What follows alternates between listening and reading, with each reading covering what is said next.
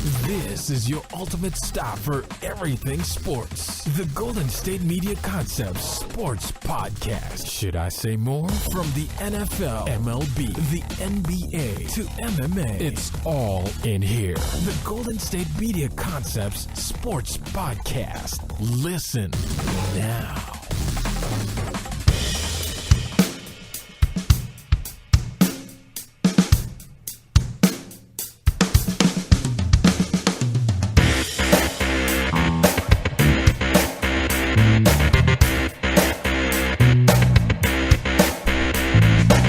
Hello, and thank you for tuning into the Golden State Media Concepts Sports Podcast, where we talk the latest news, rumors, and games in any and all of the sports in the world, as you can imagine. I am here today at the Golden State Media Concepts Sports Podcast. As always, I'm Alex. And I'm Anthony. And Ben will be back with us tomorrow. Of course, I will be gone, but without Ben today, it's just Anthony and I, and we are going to be talking about an amazing Game 7 of the World Series between the Cubs and the Indians. One that will surely go down as one of, if not the greatest, Game 7 in a World Series. Yeah, for sure. It'll definitely be up there, probably in line with the Braves in 91. The Marlins and Indians, 97. Yeah, 97. There'll be a few of them. Yankees, Diamondbacks, 2001. Yeah, there'll be a few of them to mention, but I'd say it'll definitely go down as one of the big ones. We'll talk reaction, winners of this one, MVP of the World Series, and more. We will talk and preview tonight's Thursday night football game between the Atlanta Falcons and the Tampa Bay Buccaneers. And in the show, we'll talk a little bit of basketball as well. But first, we're going to talk baseball. We're going to talk World Series baseball. And for the first time in 108 years, we can say as a public that the Chicago Cubs in the real world, not video games, Right. the Chicago Cubs are World Series champions, winning last night in 10 innings. It took extras for this one, 8-7. This was such a fun game. Like, it was one of those, like, I'm not even a Cubs fan, right? But I'm watching the game, and from the start, you know, Dexter Fowler gets a home run, up 1-0, tied it up, get a few more runs, they're up 5-1, come back, you know, at the end of it 6-6, up 7-6, 8-6, 8-7, they finally win. It was a game that was like so ridiculously hyped. Like, it was this thing where it's like you just wanted to have a good game, and it took all 8 runs for the Cubs to win. You get Rajai Davis, who twice basically made every single fan in Chicago just they shook. Like the whole time they were just like losing their minds probably. Oh, I bet. One thing that was impressive to me through this game, I mean, besides everything, but one thing that was impressive to me was that the Cubs, they came out to the first, you know, they led the game first with the leadoff home run. Mm-hmm. It was 1-0 to end the first, and then a scoreless frame through the second. And then in the third, Cleveland scored. Mm-hmm. And what was impressive to me throughout this entire game, so they had the Fowler home run. In the third, Cleveland scored, Santana single to right, and Coco Crisp scored. Yep. Then very next inning, the Cubs answered. Mm-hmm. They had a sacrifice fly, which I was surprised Chris Bryant scored on. Right. That he went home on. And then Wilson Contreras doubled to deep center, and Zobrist, who hit the sac fly, or excuse me, who was on first during the sac fly and moved to second, on that play scored as well. So it was really good base running. Then they had a Baez homer in the fifth. Rizzo singled Bryant to score there in that one, and advanced on a scoring error also. Then in the fifth, wild pitch, you had those 2 scores, and then immediately again they answer, and Ross homered in the sixth in his final game of his career, as a matter of fact. Mm-hmm. The only time they really didn't do so where they just answered outright was the eighth, when they gave up the lead to tie the game. But they kept building their lead throughout the game. Right. That was impressive because, I mean, if you look at the way that the game ended in terms of when they got tied up, that might not have been the case, if they didn't do that throughout the game. And then, of course, you had the Geyer double off of Chapman, and Ramirez scored, and then you had the Rajai Davis home run that tied the game. Yeah. Goes to extras, rain delay. Yeah. Everybody's like, oh, my God, how are they going to delay this game, And it only about 19 minutes comes back, and Ben Zobrist doubles to left field. The pinch runner scores, who was pinch running there for Schwarber. Alomar Jr. scores. Rizzo went to third. Next at bat, Miguel Montero singled to left field. Rizzo scored on that one. Zobrist got to third. Ended up Davis again, singled a run home in the 10th, but it wasn't enough as the Cubs get a ground out there to Chris Bryant to win the game. it was it was a crazy finish. It really was. Ben Zobrist gets the MVP of the World Series. He batted over 300 in the World Series, and of course he had, technically speaking, the game-winning RBI, even though they did score one more on top of that. Right.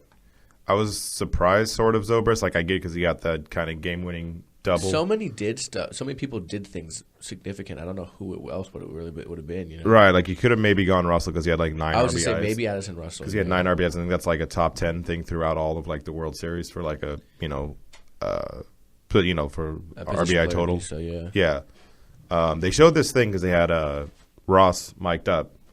And around the Rizzo. 4th inning or so, Rizzo's just like super amped. Just like he doesn't know. If anything, he was had anxiety. Yeah, he didn't know what to do. Like it was one of those things like my hands. What do I do with my hands? He was so like he just because he's like 24 or something like that, 27. Like he's a young kid. Yeah, so he's 27. Yeah, so like he's just like this is like his first time obviously in the World Series. He's just like all right, let's go. Didn't know what to do, and Ross is kind of looking at him like it's cool, just calm down. Rizzo got that game-winning hit, or got a RBI after that, and then the inning after that, I think, is when Ross hit his home run. Ross hit his home run in the sixth inning. Yeah, so 2 innings after that. And like you said, like every time the Indians just kind of crept back and like either tied it or got pretty close, the Cubs would always just pretty much like get a little bit more, just enough to stay in the lead. And they got those 2 runs in the top of the 10th, which Rajai Davis came into the bottom of the 10th, got another run back. Barely enough, and it was funny because if you see all the last out, Brian threw to Rizzo. Brian almost fell. Yeah, he tripped he threw it and then tripped. Yeah, like it all worked out obviously, but it's one of those things of just like so close to like imagine if he like accidentally like messed up and threw it into the stands. Like oh god. There was an interview where he says, and he's like, "Of course I fell." Yeah, didn't look majestic. Yeah, but yeah, he fell like on the exchange, like he threw it and it was just like it caught his toe or something. And then you get the whole thing afterwards where you basically just take like everybody who's like a Chicagoan and who's like a known Chicagoan. You get like Michael Wilbon out there. You get Bill Murray out there. Wilbon was out there for ESPN. Yeah, well, yeah. Bill Murray was out there because who's going to stop him from doing Yeah. Who's going to stop Bill Murray from doing anything? Yeah. Did you see what he did in Game 3 with the 7th inning stretch? He sang, right? Donald Duck voice. Yeah. Either Donald Duck or Daffy Duck. One of the two. Like he was just like totally just like decided like you said, like I'm Bill Murray. I'm going to do what I want. You are not going to stop me. And everyone's just like, yep, let's go. It's fine. Well, I think if anything, he just does what he wants. It's not like he thinks people will stop him. He just like wants to do it. And everybody loves him so much. They're not going to like. It's not that they're going to try to stop him because, oh my God. And he's like, you're not going to stop me. It's more like, I'm going to do this. And everyone's like, yeah, do that. Yeah, no, he does. Like, there's stories about him walking over and like just playing kickball with people in the park, just like this is what I'm going to do today. I like the ones where it's like I was sitting having lunch in downtown Chicago, and Bill Murray walked up one day and took a fry from my plate, stared at me, ate in my face, and said, "No one will believe you." Yeah, exactly, because no one will. Yeah, that's Bill Murray. Yeah, he's done that. I've heard him do that. Basically, like he'll just walk up to people instead of taking their fry. He'll just walk up to them and like do the thing where like you get behind him and like you close their eyes behind them, which will freak people out. The same thing. You're like, what? And you imagine look back, turning around and that's Bill Murray. And he does the same thing. He's like, no one will believe you, and he just runs away because it's just like, I feel like that's what I would do with the power of fame if that was me. If I was as famous as Bill Murray, that's literally the exact same thing I would do. Yeah. I would have so much fun with it. He's one of those guys, like I honestly don't know how many other people, like actors, sports, like I don't know who is basically to that point where it's just like nobody does it like him. Yeah, like and everyone's just like, oh yeah, I love him. Like, everybody, like you can't really find anybody unless he maybe like I can't think of anybody who's like doesn't like Bill Murray. Everyone's just like, yeah, he's fantastic. All the movies he's done, everything, he's great. And like I said, he went on the field and he's getting interviewed by Sage Steele and Michael Wilbon after the game, and he's losing his mind because 108 years and all that stuff. Like it was one of those things. Like and it was his anniversary. His mom's passing away. So yeah, 28 years. I like how he goes. He goes, I'm not saying it's my mom's fault. And he goes, she's probably saying that. But yeah. The Fox gave him a mic and sent him into the Cubs clubhouse. And he was just interviewing a bunch of people. I would love that too. Like, imagine playing for the Cubs and just part of the job is being around Bill Murray at times. Yeah. No, like if I'm Chris Bryant or if I'm Anthony Rizzo or Russell, whoever, because everyone in there obviously knows who Bill Murray is. Especially the younger guys, I'm sure they really like him too. Yeah. I mean, I'm sure everybody does, but I mean, you know how the generation is that like just adores Bill Murray now that he's older. Yeah, exactly. And he you imagine Rizzo's my age, and like if I was in the clubhouse, I saw Bill Murray and he's interviewing me, I'm like, oh, this is going to be fantastic. Like this is going to be great. Like I would be getting in line. Yeah, I would know what to say. Like I literally would like stare at him for like a good like 5 minutes with like no words. Probably. Yeah, I would do the exact same thing. I'd be like, I'm next, and he'd come up and I'd be like, I'm sorry. They're like, hi, I love Stripes. I love that movie. What movie is it where he goes, you are my biggest fan? Yeah. Oh shoot. I don't know. Yeah, but yeah, I like that one. I'll think of it. I'm sure I will before the show ends. But it's just, yeah. I mean, that game was. I mean, like you said, like that game, this series, the whole thing is just. It'll be one of the most memorable. I don't even know what in the world those ratings are for the World Series. Like they got to be stupid high. Like it's probably the highest rated. I'm sure they're really good, and despite the delay late in the game, I'm sure they. I mean, again, it was 17 minutes officially. Yeah, it wasn't that long of a delay. Like I remember I saw that, and I'm like, all right, cool, extra innings, and then like I look up, I'm like, why are they? Oh no, there's the delay. One thing I was kind of thinking about is I was like, wow, at least I'm glad that we're on the West Coast, and the delay is starting at like 8:45 as opposed to midnight, basically. Like a Cub fan, and that's 10 o'clock heading into 11 o'clock. Yeah. So one funny thing I did before we'll move on. One funny thing I did like that Bill Murray said. He goes, if that mayor on the west side thinks he's any good, and he goes, it's right over there. He goes, well, no school Thursday and Friday. Just take it off. Yeah, if you're that good of a mayor, do that. I like how Bill Murray is the one like petitioning for. You haven't gone to school for a long time, Bill Murray. Yeah, exactly. But he knows what the youth likes. Dude, it's one of those things. It was like now that team, that's like the 04 Red Sox team. Like they are gods forever. Oh, yeah. Like they are. Like, in 04, like, obviously I knew what was happening. I, was watching the games and everything. But this is, like, one of those things where, like, Rizzo can do whatever the hell he wants. Bryant, Russell, Ross. They were talking about Zobrist having he got the Camaro. Yeah. And he goes, if you can drive this around Chicago, you'll probably never have to buy yourself a drink ever again. Or a meal or whatever he said, So, yeah, those guys are, no matter what happens, say the Cubs don't win again for another, 108 years. Yeah, that team is. Cub fans. That team will live for a while. Mm-hmm. Like, I remember a lot of the players that were on that 04 Red Sox team, and a lot of people, you remember, like, the Dave Roberts deal, you remember, obviously, Manny Ortiz, all that stuff, but, like, the people that are on this team from Leicester. I remember Kevin Millar a lot. Millar was an insane person. I mean, Manny was an insane person, too, but, and you got some of those kind of, like, weird, wonky, kind of, like, weird people on this team, too. Like, Ross seems like a crazy person a little bit. A little bit. Yeah, he seems like, a little, like, good crazy, like like condensed crazy. Yeah, and Rizzo is, like just a lovable, like, really great player. Chris Bryant's probably going to be the MVP of the National League. Like, yeah. So, I mean, this Cubs team is, like, one of those teams that will – like, they'll probably, like I said, like with the ratings, because I think the highest ratings since they've been doing this since like 96 was like that 01 Yankees Diamondbacks after 9/11, that whole thing. Oh, yeah. Mm-hmm. So, and this thing's got to be somewhere at that level, if not more, because you get people like my grandma. My grandma doesn't like care about sports that much, but she knows the Cubs. And everybody just has like kind of like one thing of like, I don't really watch sports, but they know about this stuff. It brought in a stupid amount of people. Yeah. It did. I mean, and imagine, it was game 4 on Sunday night, and right. I mean that wasn't a great football game anyway overall, but it still beat out. They had like 33% or something like that more than with the Philly Dallas game. Exactly. So imagine the World Series Game 7 stuff. Yeah.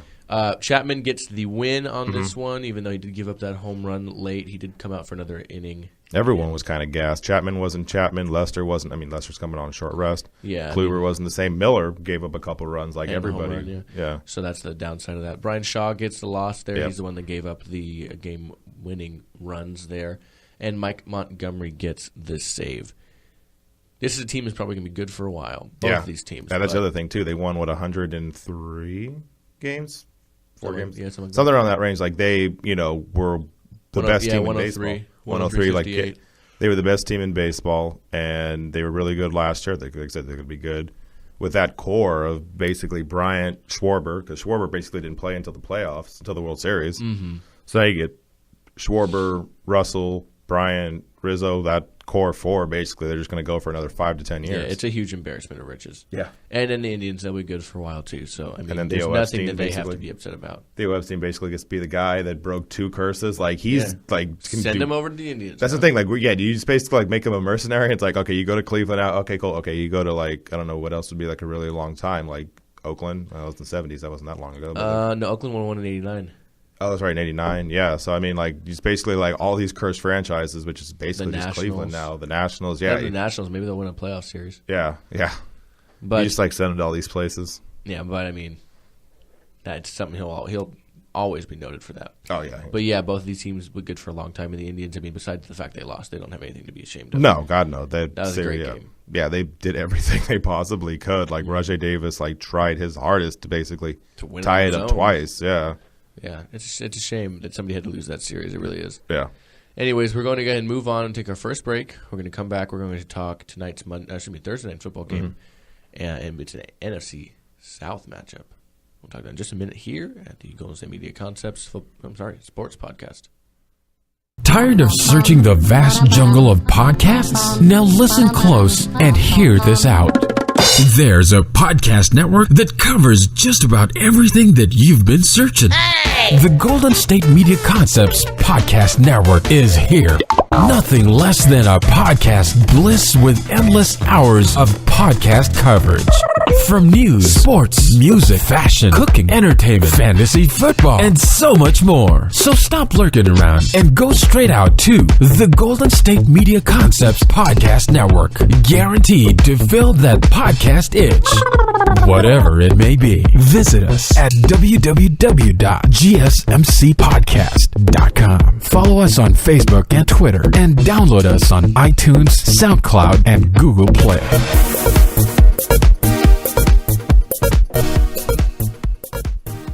And we're back here at the Golden State Media Concepts Sports Podcast. It's time to talk Thursday night football. We have the 5-3 Atlanta Falcons taking on the 3-4 Tampa Bay Buccaneers, coming off a tough road loss there for them against the Raiders. The Falcons coming off a nice home win for them against the Packers. So, little different outcomes of their previous home games, but they're still ready and set to go. Jacob Tamme, Tevin Coleman, Dwight Freeney all out of this one for the Falcons. Jacquizz Rodgers and Doug Martin, your 2 starting running backs, both out of tonight's game for the Buccaneers, as well as the tackle Clinton McDonald. You also have William Golston, the end, and Russell Shepard, wide receiver. They're both doubtful. Heading into this game, I would say it's pretty clear-cut. I would say the Falcons are going to win this one, but then again, the other day when we did this for Monday night's game, we said it's pretty clear-cut that the Vikings would win that one. Right. So I don't know how this one would go. I'm still going to say Falcons. They're averaging 32.8 points a game. Right. They're allowing 28 to the Buccaneers, who are only scoring about that much. They're scoring under that, about 21.7, and they're allowing just about as much, 27. But these offenses are pretty similar, about 100 yards more passing for the Falcons, and their defense is a little bit better on the rush. And I want to say that the Falcons probably going to win this one purely based off they're a little bit more solid of a team as they stand currently. Mm-hmm. Look, we're at the point now with these Thursday night football games where it doesn't matter who's good, who's bad. It's kind of those games where they're going to probably stink anyways. Hey, this isn't a bad one. It's not a bad one. It's a good division matchup because these teams always play each other well. Yeah. I now just tend to lean. I just go with the home team for these things. So you're going Buccaneers? I'm going Buccaneers just because the majority of the time, I think 7 of the 7 times, the majority of the time, I'm pretty sure the home team has won the game because you had those weird things like San Diego beating the Broncos and stuff like that. You get those weird games like that. And the Bears winning on Monday, even though I talked about why I thought that happened. So, So Tampa Bay, like I said, their offense isn't up the par of the Falcons, but the Falcons don't always do that same thing. But it's also weird because Tampa Bay has shown they can put up a decent amount of points. Right. What's his name? Jameis will have those games where he does really well. Like, he started off the season basically great game the first, bad the second, good third, bad fourth. He would have like hot and cold kind of starts every week. And we see him with Atlanta, like Julio Jones is a basically cheat code, but not every week. Like he had the 300-yard game next week, had like 30 yards, something like that. He'll go back and forth with how good he is. Last week he wasn't the same. The really good players this year haven't been like skill set, not like quarterbacks. Like the receivers, Antonio Brown's good games, and then low games. Odell Beckham. Yeah. Julio Jones. Brandon Marshall. Yeah. A lot of these guys were having they're not consistently having these huge games like they did last year. I mean, the only games Antonio didn't have significant numbers were all but like one of the games without Ben. Right. Julio almost had a significant game every week. AJ Green, same thing with him. All these different players this year kind of there's no like consistently elite, and I'm not saying they're not good the same way, but it's just been interesting how this year's gone. Yeah, and you even get someone like because Mike Evans is basically the number one receiver. Yeah, he is. Option on the Buccaneers. He's had only one game that's been over 100, like he had a 99-yard game at 89-96. I think that has to do with the just the offense and the team in general. Sure, and Tampa Bay though. Yeah, so with Tampa Bay, it's one of those kind of games where their offense obviously isn't the same, but it can keep up with them. And like you said, if you look over at their defense, whether it be yards allowed or passing yards allowed, they're better with passing yards and a little bit worse with rushing yards allowed. Teams are relatively the same. The two games were a game and a half worse record-wise, but with it being at home, with Winston at his best can be around the same as Matt Ryan, considering he doesn't have the A.J. Green, Julio Jones cheat code, basically. Like Evans is really good, but he's not that. Yeah, I mean, he's shown that he can make plays like that, but he's still not like those guys are all top 5 receivers, and they make those kind of ridiculous. Yeah, like Calvin Johnson helped out. Game stats that shouldn't happen with the way they're covered kind of thing. Okay, so you have Tampa Bay winning this one. I have the Falcons winning this one. I'll tell you mine first, and then you tell me yours. To win this game, who do the Buccaneers need to kind of perform? Like, who do they need is to be the key to the game?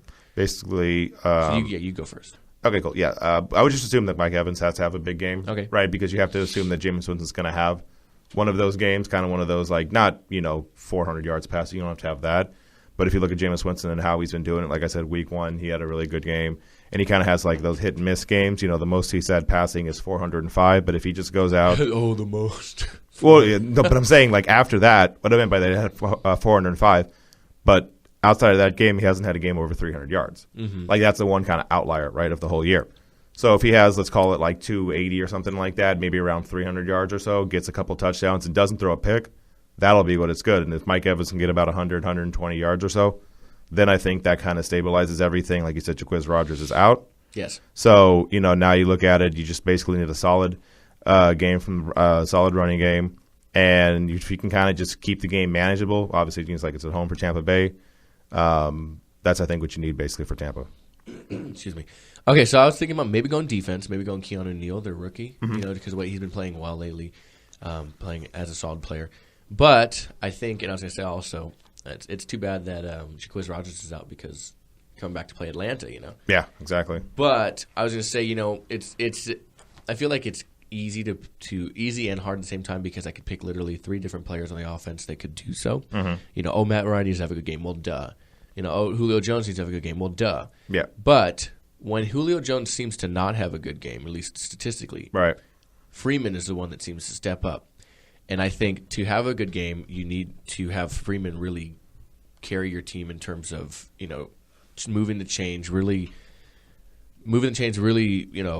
adding that element to the game, because he's a pass receiver, he's a good route runner on the backfield, and he's a good rusher as well of the football. I think Julio Jones gets his and he doesn't get his, but Freeman's been seemingly consistent enough in their wins to be a catalyst to help them win. So I'm going to go with Devontae Freeman. I think he's going to have to help them out with a big game to really give them the balance on offense because they've shown that they can at times limit Julio. Teams, right. Weirdly enough, teams that you wouldn't expect to do so have shown this year that they can do that sometimes. So I'm going to go with Freeman. Okay. Yeah, that makes sense. I can get that. I think one thing with this game with Tampa Bay, like I said, the whole being close games, kind of Thursday night football games being weird matchups, and you look over at Tampa Bay throughout the whole year, yeah, they're 3-4, and the games they've lost, 2 of them have been really close. They lost by only 5 points to the Rams, and they lost in overtime to the Raiders, a game that probably could have been a tie, and it looked like it was going to be a tie for a lot of the game. For a lot of overtime, it didn't really look like anybody was doing anything. You had both kickers missing all the time and poor I feel bad for Aguayo, actually. Like, he was a second-round pick, and he has been – But nobody had a worse rookie kicking season than Janikowski, and look at him now. Yeah, well, that's the thing where Gruden was saying he was almost cutting him, after that season. You look at someone like Jameis Winston, he's not maybe at the next level that you maybe hoped he would, but he's still an above-average quarterback. He's moving that way. At least, if he'll get there, we'll see. But he's at least trending that way. Yeah, he's not like I don't know. Maybe he's not like Derek. Like Derek Carr may make Amari Cooper might be a cheat code too in Oakland. Sometimes, but he had dropping issues last year, and it sort of surfaced here and there this year. But right, and Mike Evans is pretty good, but he's maybe not that. It's one of those. Tampa Bay. Like I said, worst case scenario, I just tend to go with the home team because you have such a short week and your body still hurts. Like that, entire Green Bay Atlanta game last week was probably a lot taxing on their bodies. I'm not saying Tampa Bay wasn't, but at least Tampa Bay gets to basically stay in their beds and they don't have to worry about traveling. Yeah, but they played extra. They almost had a tie. Yeah, it was almost a tie. So taxing as well, I guess. No, I get what you mean though. I got to go Falcons on this one. Yeah, no, I get you with that. All right, well, we're going to take our last break and come back. We're going to talk a little bit of basketball before we get going here in just a moment at the Golden State Media Concepts Sports Podcast. Do you want to be healthier, yet you just don't know what to do? All these shows telling you this and that, but nothing seems to work. Well, listen close. Golden State Media Concepts has got something great for you. The Health and Wellness Podcast dedicated to workout trends, healthy eating habits, diet, and everything about healthy living. Join us in our banters as we help you not just live life to the fullest, but live it to the healthiest.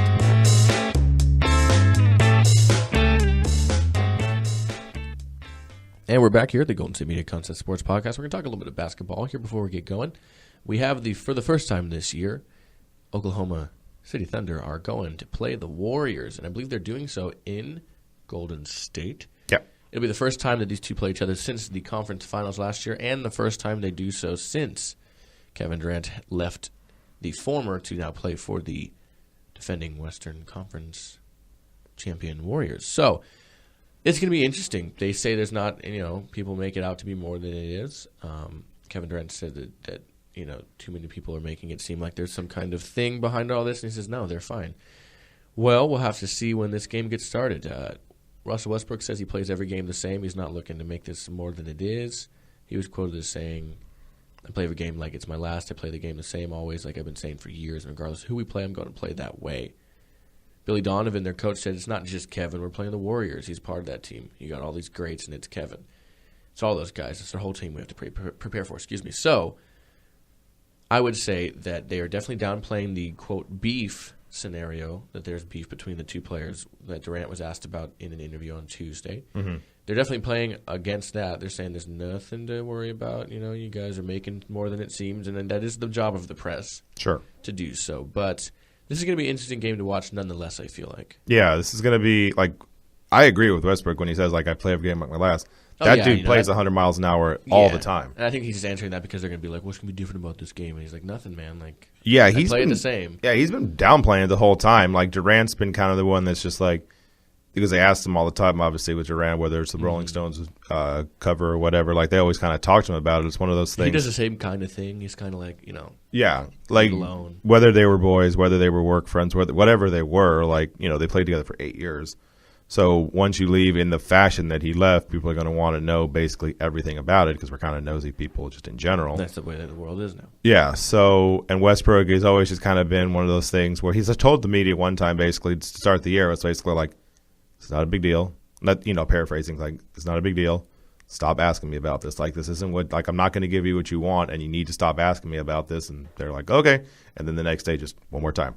They're just going to keep asking him until he basically has this Dennis Green kind of snapping moment probably. Yeah. And then we're going to play that, which seems kind of mean. Actually, we're just going to prod you until you freak out. Then we're going to put the freak out on video. And it's he's a loose cannon. And it's you probably would be too if you got asked 30 times a day.